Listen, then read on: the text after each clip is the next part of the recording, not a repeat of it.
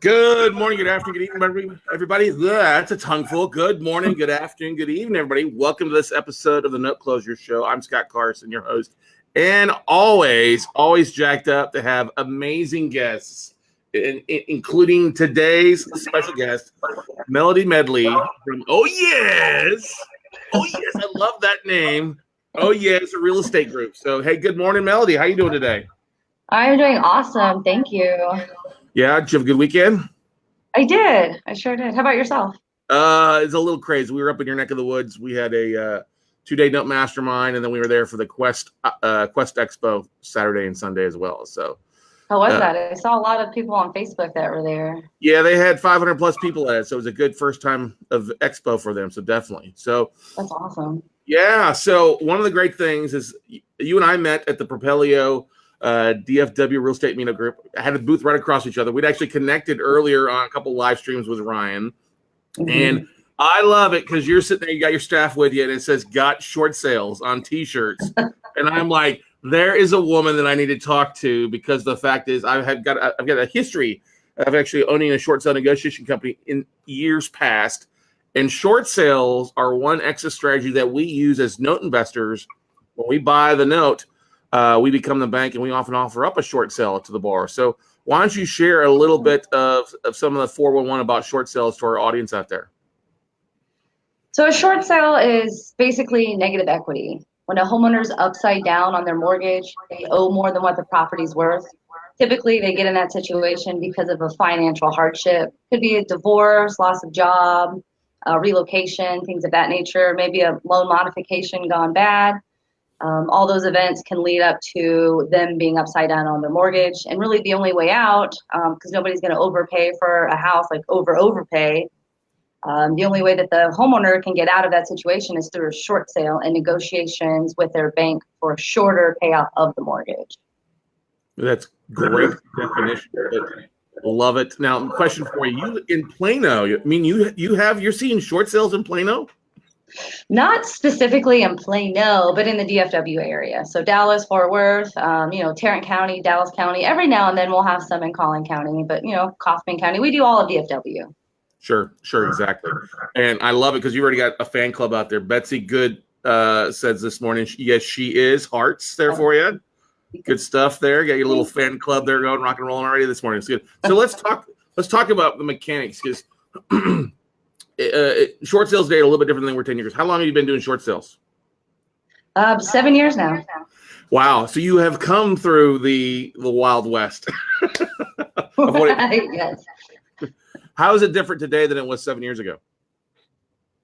The banks have gotten a lot more strict, and which is good and bad. Their guidelines can be potential roadblocks for you as a processor, but ultimately rules are there for a reason. So they protect the borrower and the agents when doing the short sale. So it used to be a lot quicker back in the day. Now it's taking a little bit longer, but again, those are due to the guidelines and restrictions. But overall, if we get a short sale into processing, 99% of the time we can get it closed out. And what are the discounts that you're getting off of the balance of the mortgages? What's that now?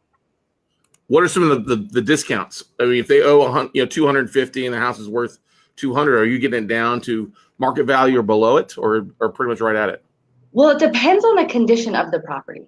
So in a short sale, the bank is going to send out an appraiser or BPO, broker price opinion, and whatever the current as-is condition of that property is what the bank's going to want. So if it's a distressed property, the value is going to come in really low. So that's good for investors. They're going to be able to make money, do the rehab, sell it, whatever they want to do with it, rent and hold. That's when they're going to make the best money out of that property or the short sale. But if it's retail nice, they're not going to, the property's going to appraise high or, just average retail prices in DFW. Therefore, the investor's probably not going to get it or want to buy it. So then that's when I throw it on the MLS and find a retail buyer that way. So it really depends. There's no mathematical equation I can tell you that, yes, if the borrower owes this much, the discount's going to be this. It really all has to do with the condition and that appraised value. That's exactly what it is. Awesome.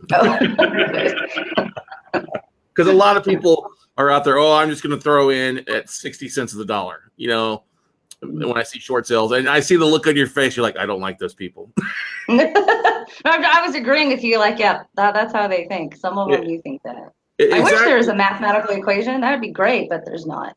Right, exactly. So let's talk about some of the things that you have to, when a bar reaches out to you that they're upside down, they want to sell their house there, what are some of the things that you're doing to get things rock and rolling, to get it into processing with the banks?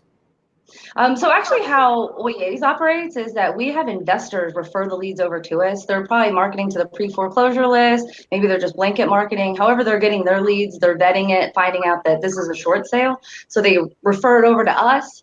Then we basically take over. We do all the legwork. So we'll meet with the homeowner, get them signed up, explain the process, the pros and the cons, get all the paperwork signed up, get it back into the office, and then I start the negotiations with the banks or the lenders. And then, yeah, we take it all over from there. Are there any, I know that when we were doing stuff years ago, Equator was kind of the big thing, where you could kind of track everything with paperwork and make everything was uploaded. Is that still around, still operating today with the bigger banks? It is. Actually, it's only with Mr. Cooper, which is AKA Nation Star, and Bank of America. Oh, and Aquin will do it too. So it's really only 3 banks that use Equator, but I love Equator. I love because Equator is a portal between the agents and the bank. So you can upload documents, do emails, but everything is tracked. Everything is recorded. So if you send an email, you know, they can't say, oh, I never got that, because it's nope, it's right here. As where, yeah, if you were working with Wells Fargo and they only accept faxes, they can always say, we never got that. Or so there's no way to prove it except like get off your butt and go over to the fax machine and pick it up, because I have confirmation I sent it. Equator's awesome, but they still only accept faxes. Right. Yeah, I know. And no electronic signatures. They just make life impossible for us, but we always find a way to do it. Mm-hmm. So what's the difference in time frames as far as negotiations with like Bank of America, Nation Star, Aquin with Equator? It's probably a little bit faster than the 19th century Wells Fargo. Yeah, no joke. Yeah, because if you fax something in, you know, they have to have a day or two just to receive it and then upload it, and then another day or two to verify the form is correct. So, I mean, that's 4 days, that's a week right there if you send in one document. Or, yeah, if you put it into Equator, they get it that day, that specific time, and within 24 hours, they have it reviewed. So, yeah, Equator's a lot faster. I like that. Right.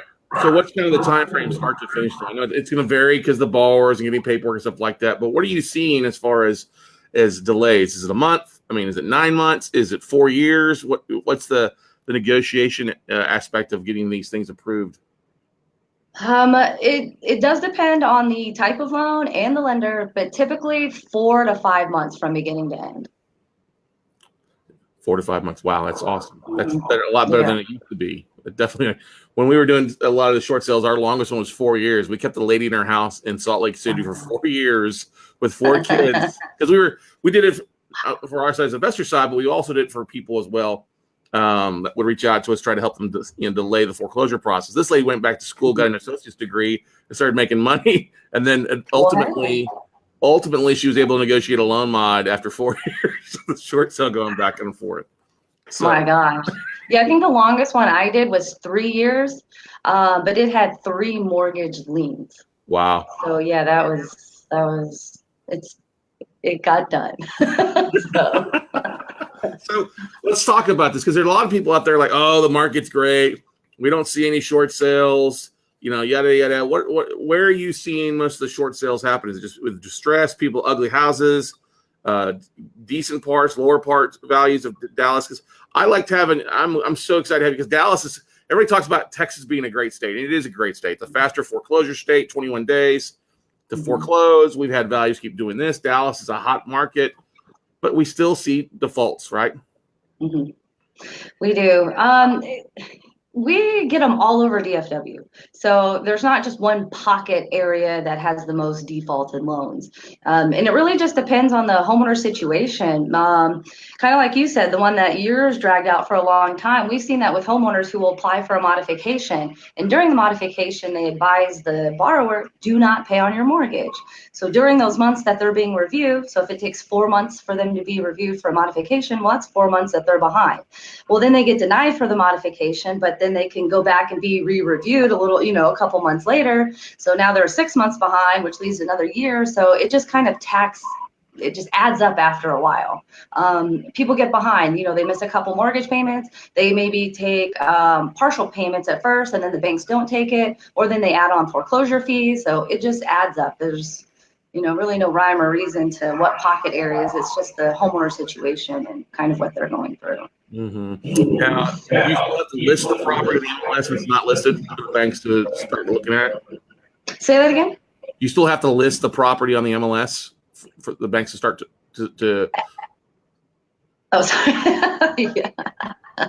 Yeah. FHA loans, you do have to list, like it's a requirement. If it's a conventional loan, it really just depends on the investor, the note holder, or that servicer. Sometimes I don't have to list it, which makes the investors super happy, especially if we get them the property. But I would say 9 times out of 10 we have to list it. And are you listed at full value or a discount? I mean, I know you've got investors that are sending stuff your way, but are you looking for multiple offers in some situations too to kind of help drive the interest up so you don't have to work so much toward the discount?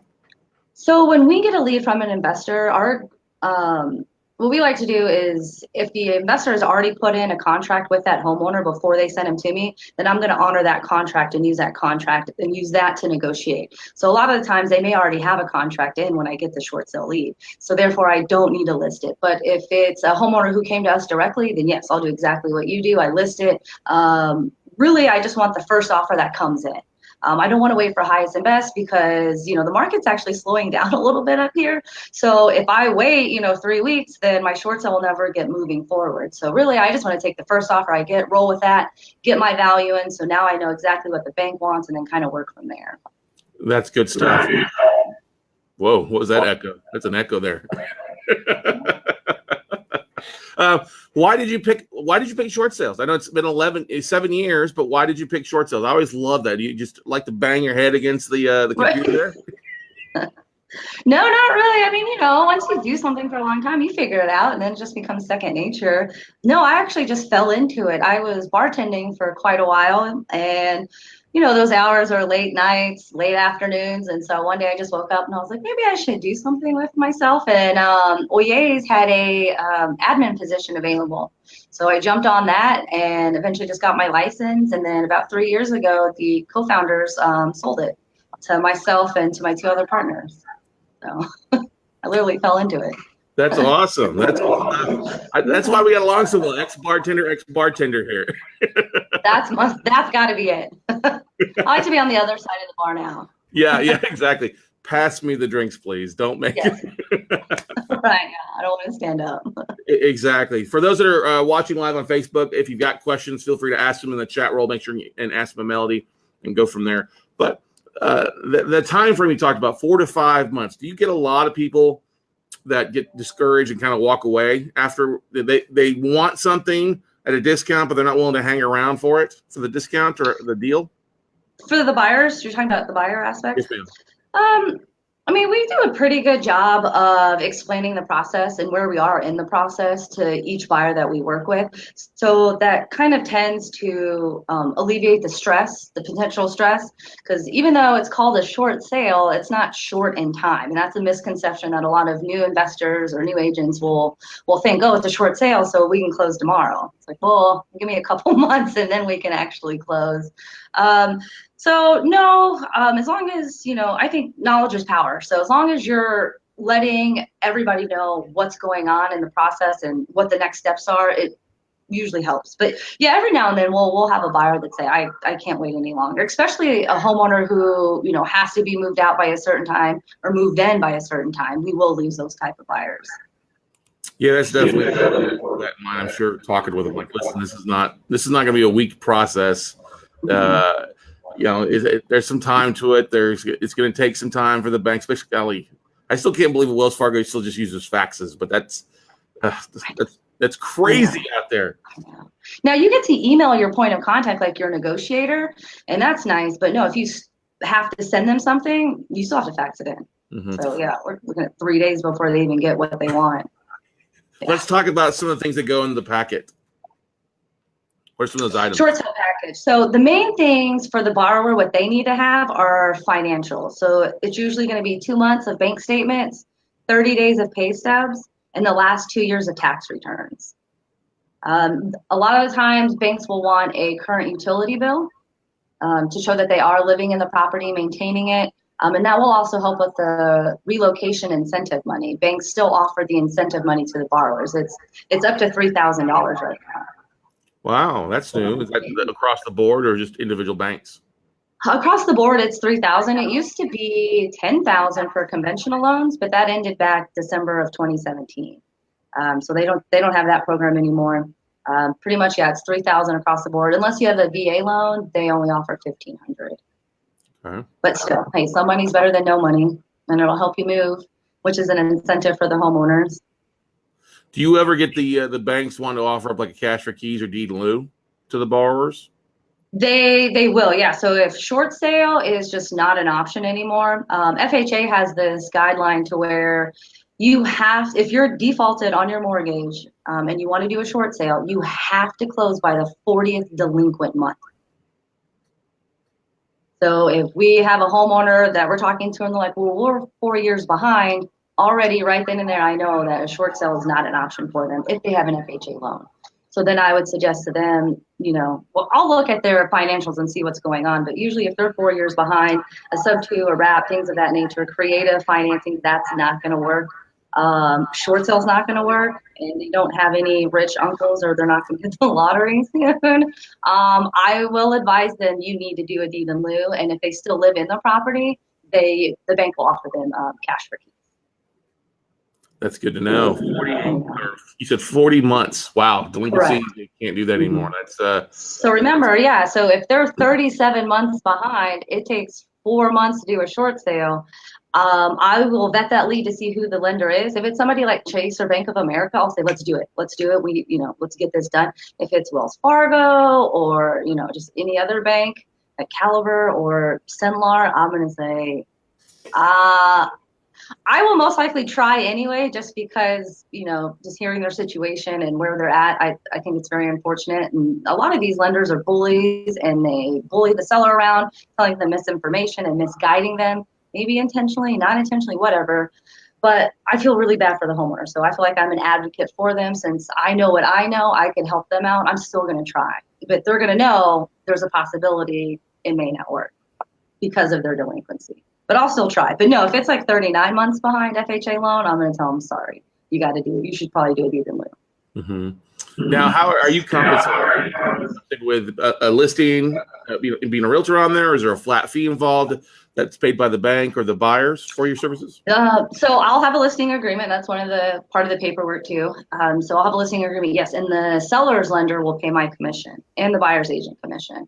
It costs no money for the sellers. If they are being charged for somebody to do a short sale, that's a scam. We are not supposed to charge. We are not allowed to charge for a short sale, but we do get compensated by the commission. That's good. Yeah, there's a lot of people out there years ago charging $2,000, $3,000 to do a short sale and not deliver on anything. That's not very ethical. So yeah, I think that's called like robbery.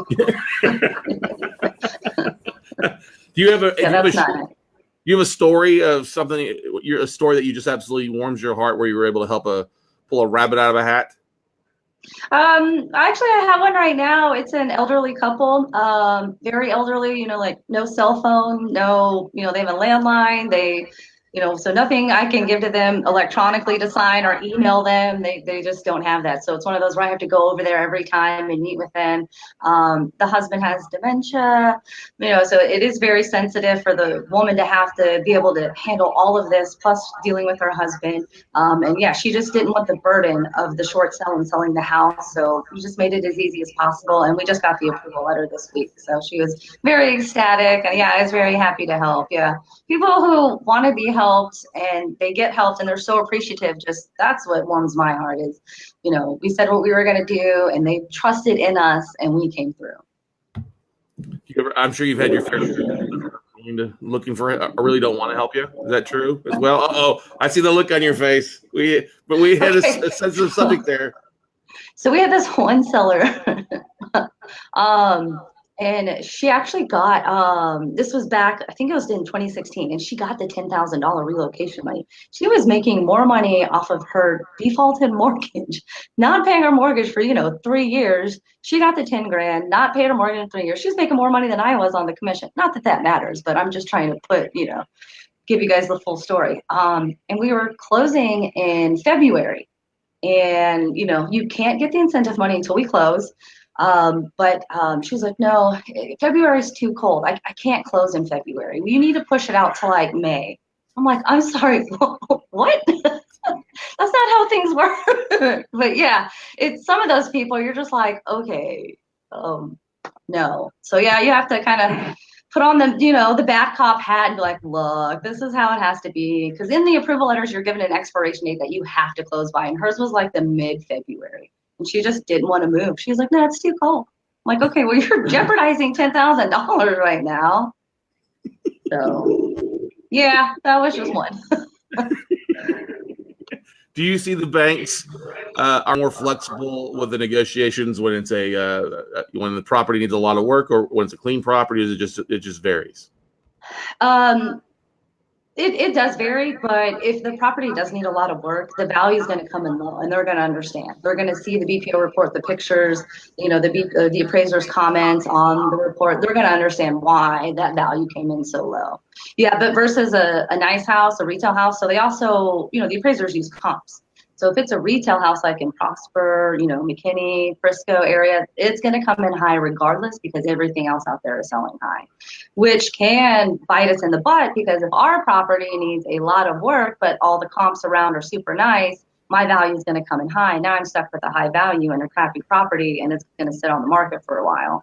Basically, I have to wait until the value expires to get a new one. And was that you have to wait 90 days to go through, or how long do you wait? FHA loans, it's 120 days. Mm-hmm. Now there are little tricks that you can try to do, like value disputes, but FHA, they're just sticklers, and they like to stick to their values. And every now and then, I can get them to come off of it, but for the most part, yeah, if we get stuck with the value, we're stuck. Would you say the majority of the banks that you're dealing with in your short sales are the bigger banks, or do you often get some smaller, like little regional banks, or Oh, it's very mixed. Like we have SPS, Aquin, and then we have Bank of America, Wells Fargo, Chase. And then we have little banks like Caliber, Bayview, Green Tree. Bayview's not fun to deal with. Out of banks Florida. Yeah, and Caliber's popped up over the last couple of years. They're actually, I wouldn't be surprised you see more short sales from them because they're doing a lot of non-prime mortgages now. And then Caliber's actually really fast. We can do a short sale in 45 days with Caliber. Oh wow, that's really good then. Okay. Yeah. Send me all your Calibers. Good stuff. Now, you've been a realtor for a while there. You've seen the market kind of skyrocket up. We were mentioned right before we jumped on, you're starting to see kind of the market slow down. What's going on in the DFW market? Yeah, there's mixed feelings. A lot from what I hear is that interest rates have increased, which I don't think they've increased that much, but enough to scare people. Yeah. And so a lot of people are just renting and they don't want to get into a mortgage. One, buyers think that sellers are overpricing their houses, which they have been, but they've been getting paid. So I think it's just a mixture of everything. And plus with school starting, it's just slowed down. I have about 7 properties right now that I have active on MLS. With no offers, which I haven't had that probably in 3 years. Usually if I list something, I get an offer. So I'm just kind of a sit and duck right now with some of my properties. So yeah, that's, you kind of have to change with the time. So if the market's slowing down, then I'm going to have to be creative to see how we can get these values down to where a buyer is going to be enticed and want to buy it so I can help my homeowner. Mm-hmm. Yeah, we have here in Austin, it's been a crazy market as well too. A lot of things selling over, or I always worry about when I start seeing stuff on the MLS that says appraised value will not dictate the sales price. Yeah. Oh gosh. You've seen some of that. How bad do you want that house? Yeah, exactly. Good times, good times. What's probably the best advice you can give investors that are out chasing short sales? I don't think that you actually chase short sales. You just kind of stumble across them. So if you can't do anything with the lead, it's not trash. It's a short sale. So send it over, I'll vet it, and if we can do something with it, we will definitely do that. And send it over either way. We'll get a lead every now and then to where, you know, there's a little bit of a spread, and we'll send it back to the investor and say, hey, you should probably wholesale this or do something else, or maybe do a sub two because they're actually not that far behind. So yeah, send it over. We'll look at it regardless and let you know, yeah, if it's better to be a short sale or it could be something else. I absolutely love that. That's awesome. I have even more respect for you when you start throwing out sub two deals and wholesaling, because a lot of real estate agents don't understand the investing aspect about that. That's kudos to you on that. That's really, really helpful. A lot of people just believe in the, it's outside the box, it must be a legal answer. Oh, no. I mean, sub twos can actually help the homeowner's credit. I think, yeah, I mean, we're all in here for me, I'm here to help the sellers. So whatever that's going to be, whatever the best case, excuse me, for them to do, that's what we need to do. If they send it over, yeah, and it's not a sub two and it's not a good wholesaling deal, we've even helped homeowners do loan modifications. To say you don't need to do a short sale, you actually would be a good qualification for loan modification, and then they get to keep their house, which is ultimately what they always want to do. Mm-hmm. No, it's in the best interest of the other person. How are you seeing that happen? I mean, what's the time frame for loan modifications to get accepted from the banks that you're dealing with? I haven't done one in a while. Technically, I'm not allowed to do modifications because I'm modifying the loan, and I'm not a loan mortgage person. I know there's a word for that. I just licensed loan originator. Yes, thank you. You see, I don't do them that often. But I did one about 6 months ago. It took about 3 months to finally get all the paperwork, back to the bank, notarized, signed, all the good stuff. That's pretty normal there. With us being a note investment company, we usually try to get them done a little bit faster, but we're a little bit more of a boutique firm, so we have a little bit more flexibility with the mortgages that we buy. And since we buy them at a discount, we're not the originator. We can often come up with a really pretty fast win-win versus the originators. They really got to write off everything they can before they can really do a loan mod for the most part. So, do you love what you're doing? Obviously, I take it. Yeah. I do. I like, one, obviously helping out the homeowners, and two, beating up the banks. Beating up the banks. I love that. Do. Yeah. I call myself like a glorified babysitter because I'm literally babysitting the banks. I sometimes even have to tell them how to do their jobs, but that just comes from my experience. So, but hey, if it gets the job done, let's do it.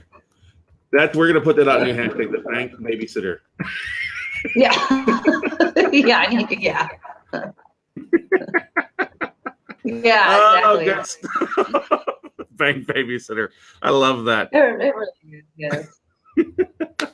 Because do you see that happen a lot with the short sale negotiation people? People come in and go out, or you have people that have been there for a long time that you're working with at specific banks, or no? Oh, that's a really good question. So I know that you have done short sales before or worked on the mortgage side.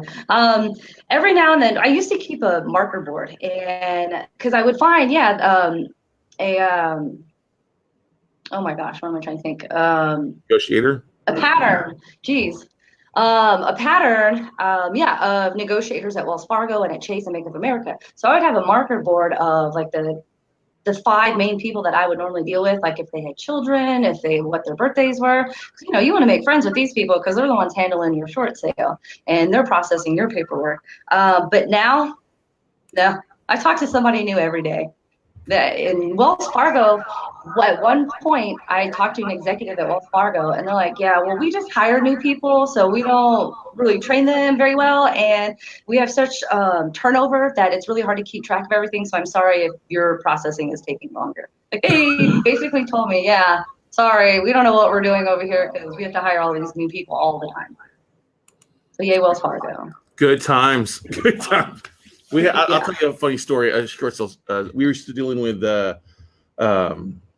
what was it? The bank out of Florida. We get the short sale negotiator on the phone, and turns out she's in charge of the Ever Home Mortgage out of Jacksonville.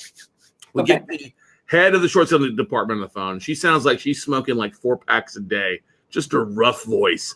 And we're negotiating this one deal, and she's like, "Okay, I agree to that." And she starts asking us, "Well, what do you guys just do this for?" I said, "Yeah, we help people all across the country. We do short sales." She goes, "Well, can you help me with mine with Wells Fargo?" I was like, "Oh my God. Yeah, we can help you with that." And she's, "Hang on." And you literally hear her stand up. "Hey, everybody, I know you are all behind on your mortgages like me. We got a company that can help all of us." Get out. No. So there was 9 people in Everhome's short sale negotiating department. We did short sales for 8 of them. Wow. That is crazy. Yeah. Wait, I'm sorry. So you employee at a mortgage company that processes short sale, but you can't process your own short sale? Yeah, well, because she worked for Everhome Bank, and all of their mortgages were with Wells Fargo or other banks besides their own company. So, right.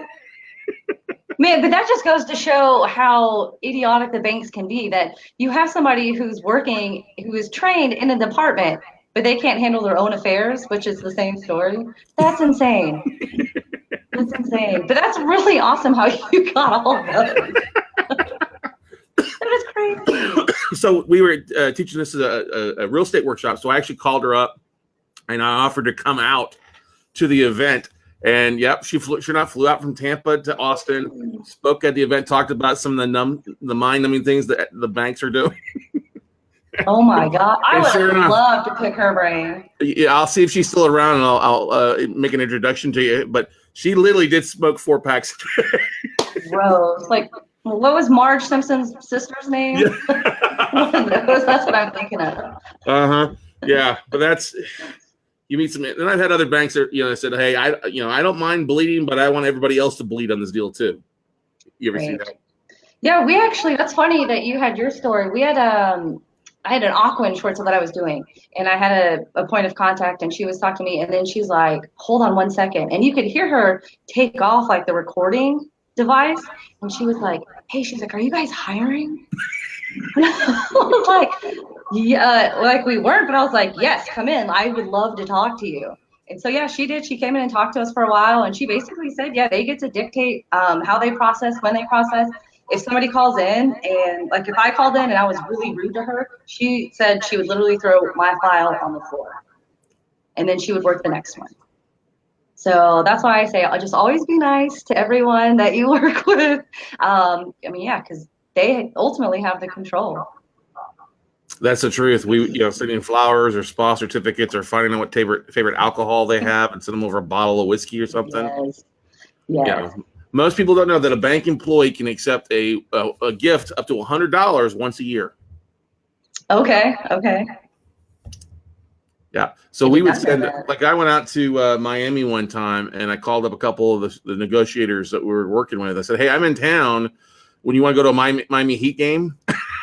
So we took them to a Miami Heat game, and boy, our files got processed a whole lot faster. Yes. Yeah. Mr. Cooper is actually down the street from us. It's in Louisville. And yeah, every time I drive by, like I see a bunch of people outside smoking. So I always thought, well, maybe I'll take up smoking and go stand outside and, meet people. Find out, are you sure it's not apartment? But it's sad. I mean, if you look at, you see a lot of that. You can still see short sale negotiators and loss mitigation experts and things like that. It's not a fun job because you figure, what do you figure out each negotiator has? Have you ever asked how many files that they're working at any given point? Oh man, I stopped asking because it was like upwards of 80 to 100 each. Yeah, that's a lot. And that's a lot of paperwork to keep track of. It's a lot of faxes with Wells Fargo. No joke. But that's the beautiful thing. It's all about, I think it's more so, especially in your guys' end. I mean, it's nice you got Equator, but it's all about systems. Like you said, you've got your days down, on the front end, you've built your processes, which is kudos to you because that's awesome. But you also have to realize there's a people factor to it too. Some people are good, some people are not going to be the greatest at what they do.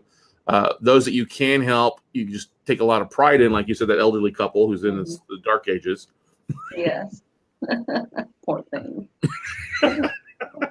Any advice for people out there, for investors out there or realtors looking at the short sale game? Because I'm a big believer we're going to see more of those pop up here in the next 12, 24 months. As you start, our default rate, especially in Texas, we're second in the nation as far as default rates behind Florida.